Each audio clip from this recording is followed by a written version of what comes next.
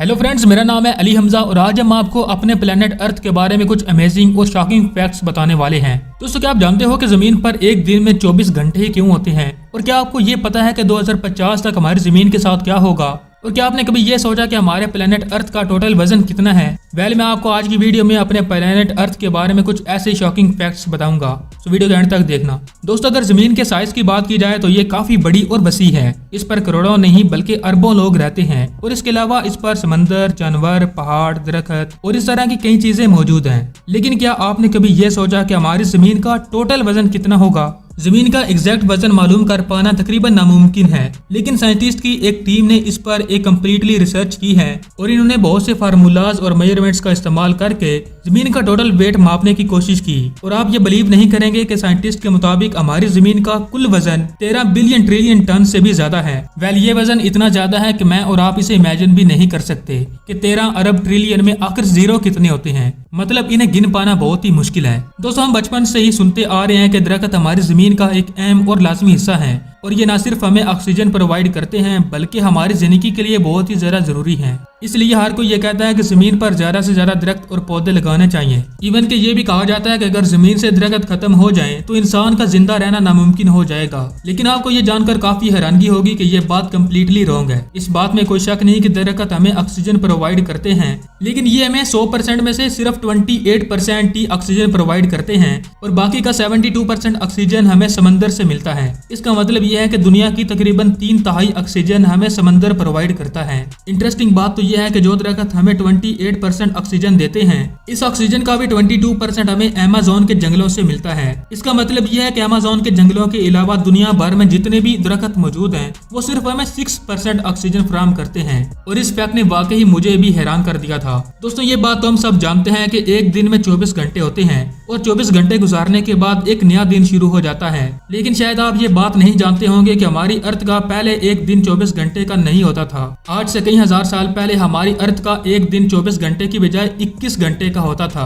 लेकिन हमारी अर्थ पर आने वाले तब्दीलियों की वजह से ये दिन आहिस्ता आहिस्ता बढ़ते गए और अब एक दिन 24 घंटे का हो गया है। जमीन पर आने वाली तब्दीलियां मतलब ज़िलज़िले और इरप्शन वगैरह हैं। असल में जमीन एक फ्लो में गर्दिश कर रही है और अगर किसी जगह पर ज़िलज़िला वगैरह आता है तो इसका फ्लो टूट जाता है और जब ये फ्लो टूटता है तो जमीन की स्पीड कम होती जाती है, जिससे वह सूरज के अराउंड अपना चक्कर मुकम्मल करने में देर कर देती है और इसी वक्त दिन ऑटोमेटिकली बढ़ जाता है। और आपको ये जानकर हैरानगी होगी कि इस टाइम पर जमीन की स्पीड 1.7 मिलियन सेकंड तक कम हो जाती है और साइंसदानों का कहना है कि एक दिन ऐसा भी आएगा कि जमीन हरकत करना ही बंद कर देगी और फिर सूरज मगरिब से तुलू होगा। अगर सूरज की बात की जाए तो हम इसे हर रोज ही देखते हैं और देखने में तो ये बिल्कुल ही छोटा सा लगता है, लेकिन ये बात हम सब जानते हैं कि जमीन से ये काफी फासले पर है और इसलिए इसका साइज काफी छोटा लगता है, लेकिन हकीकत में ये हमारी जमीन से बहुत ही बड़ा है। क्या आपको ये पता है कि सूरज हमारी जमीन से कितना बड़ा है और जमीन से इसका फासला कितना है? साइंसदानों के मुताबिक सूरज का डायामीटर जमीन के डायामीटर से 109% बड़ा है और आप बिलीव नहीं करेंगे कि यह जमीन से इतना लार्ज है कि हमारी जमीन जैसे 13 लाख प्लेनेट इसके अंदर फिट आ जाएंगे। इसके अलावा अगर जमीन से सूरज के डिस्टेंस की बात की जाए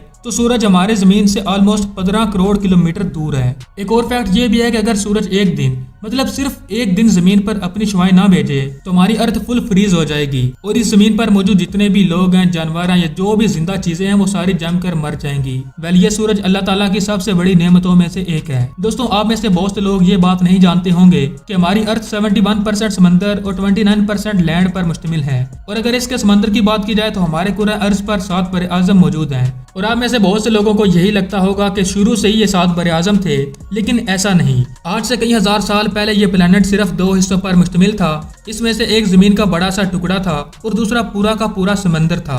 जमीन के इस बड़े टुकड़े को पेंजिया का नाम दिया गया था, लेकिन वक्त गुजरता गया और वक्त गुजरने के साथ साथ जमीन में कई तब्दीलियां आती रहीं और इन तब्दीलियों की वजह से हमारी जमीन मुख्तलिफ हिस्सों में बट गई। वरना पहले तो कोई भी आइलैंड नहीं होता था। पहले हमारे अर्थ प्लेनेट पर सिर्फ एक तरफ जमीन थी और दूसरी तरफ समंदर था, लेकिन इस अर्थ पर आए कई ज़िलज़िलों की वजह से ये जमीन कई हिस्सों में बट गई। लेकिन इससे भी इंटरेस्टिंग फैक्ट यह है कि ये जमीन कई हजार साल बाद वापस से एक टुकड़े में तब्दील हो जाएगी। और फिर से पेंजिया बन जाएगी और समंदर एक तरफ आ जाएगा। और ये फैक्ट रियली में अमेजिंग और अनबिलीवेबल था। अब दोस्तों, आप सबने ग्लोबल वार्मिंग के बारे में तो सुना होगा। असल में ये एक मौसमियाती तब्दीली है जिसमें जमीन का टेम्परेचर आहिस्ता आहिस्ता बढ़ रहा है। लेकिन क्या आप ये जानते हैं कि इससे हमारी जमीन के साथ क्या होगा? वेल, इस ग्लोबल वार्मिंग की मेन वजह ग्रीन हाउस गैसेज में इजाफा और काश्तकारी वगैरह शामिल है। साइंसदानों के मुताबिक ग्लोबल वार्मिंग में जिस तेजी से इजाफा हो रहा है, इस हिसाब से अगर देखा जाए तो तकरीबन 2050 तक जमीन के ज्यादातर इलाके इतने गर्म हो जाएंगे कि इसमें इंसान का सरवाइव कर पाना नामुमकिन हो जाएगा।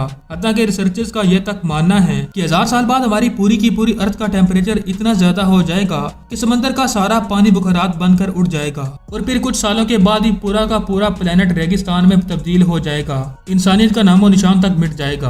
और ये रियली बहुत ही शॉकिंग फैक्ट्स था। अगर समंदर की बात की जाए तो हमारे प्लेनेट का ज्यादातर हिस्सा समंदर पर मुश्तमिल है और समंदर के मुकाबले में हमारी जमीन बहुत ही कम है जिस पर हम रहते हैं। क्या आप जानते हैं कि इस लैंड या खुशकी जिस पर हम रहते हैं इसके नीचे भी पानी मौजूद है? साइंसदानों का कहना है कि अगर जमीन की खुदाई की जाए तो इसके नीचे आपको पानी के अलावा कोई भी चीज नहीं नजर आएगी। लेकिन इससे भी शॉकिंग बात यह है कि साइंसदानों ने समंदर की तह में जमीन के नीचे एक और समंदर दरियाफ्त किया है। मतलब समंदर के नीचे समंदर और इसके नीचे एक और समंदर। रिसर्चर्स के मुताबिक जमीन की तह में 660 किलोमीटर की गहराई में एक और समंदर मौजूद है और वो हमारे वाले इस समंदर से 3 गुना बड़ा है। असल समंदर की तह में जमीन एक लेयर की तरह मौजूद है जिसने इन दोनों समंदरों को अलग कर रखा हुआ है।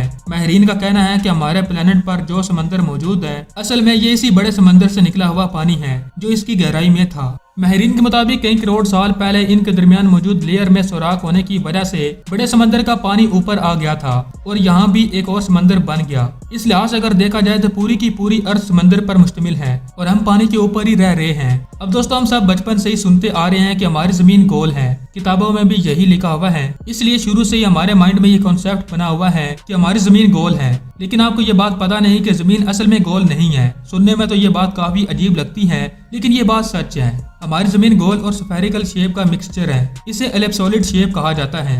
लेकिन अगर हम स्पेस से अपनी अर्थ को देखते हैं तो ये गोल नजर आती है। इसकी सबसे बड़ी वजह यह है कि हमारी जमीन इस टाइम गर्दिश कर रही है और इस गर्दिश करने की वजह से हमारी ये जमीन गोल नजर आती है। बिल्कुल ऐसे जैसे हम कोई चीज ऊपर उछालते हैं, चाहे वो किसी भी शेप की बनी हो, हमें वो गोल ही नजर आती है। इसी तरह जमीन भी जब गर्दिश करती है तो ये गोल नजर आती है, लेकिन हकीकत में ये गोल नहीं है। और मुझे पता है कि ये बात जानने के बाद काफी लोग शॉक्ड हो गए होंगे। दोस्तों, अगर आप ऐसी अमेजिंग वीडियोस देखना चाहते हैं तो हमारे चैनल को लाजमी सब्सक्राइब कर लें। मैं मिलता हूँ आपसे अगली वीडियो में, तब तक के लिए अल्लाह हाफिज।